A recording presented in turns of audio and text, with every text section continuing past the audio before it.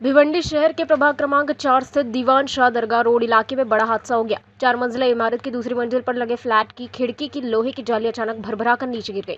हादसे के वक्त जाली पर बैठे 2 बच्चे खेल रहे थे, जो जाली के साथ नीचे गिरकर गंभीर रूप से घायल हो गए। घटना के तुरंत बाद स्थानीय लोगों ने दोनों बच्चों को नजदीकी अस्पताल पहुंचाया, जहां प्राथमिक उपचार के बाद उन्हें बेहतर इलाज के लिए थाने के एक निजी अस्पताल रेफर किया गया। फिलहाल दोनों बच्चों का इलाज जारी है। इस हादसे के बाद इलाके में दहशत का माहौल है। घटना ने पूरी इमारतों में लगी खिड़कियों, बालकनी और लोहे की जालियों की सुरक्षा पर गंभीर सवाल खड़े कर दिए हैं। प्रशासन ने मामले की जांच शुरू कर दी है।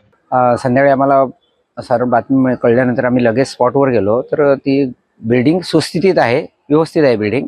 परंतु दुसऱ्या माळ्यावरील डाव्या बाजूच्या पहिल्या फ्लॅटमध्ये घर मालकाचं नाव सांगतो मी तुम्हाला, अफजल आलमगीर शाह म्हणून व्यक्ती राहतात। त्यांच्याकडे कोणी गैबीनगरवरून 2 मुलं पाहुणे म्हणून आले होते। साधारण 8 ते 10 वर्ष वय आहे त्यांचं।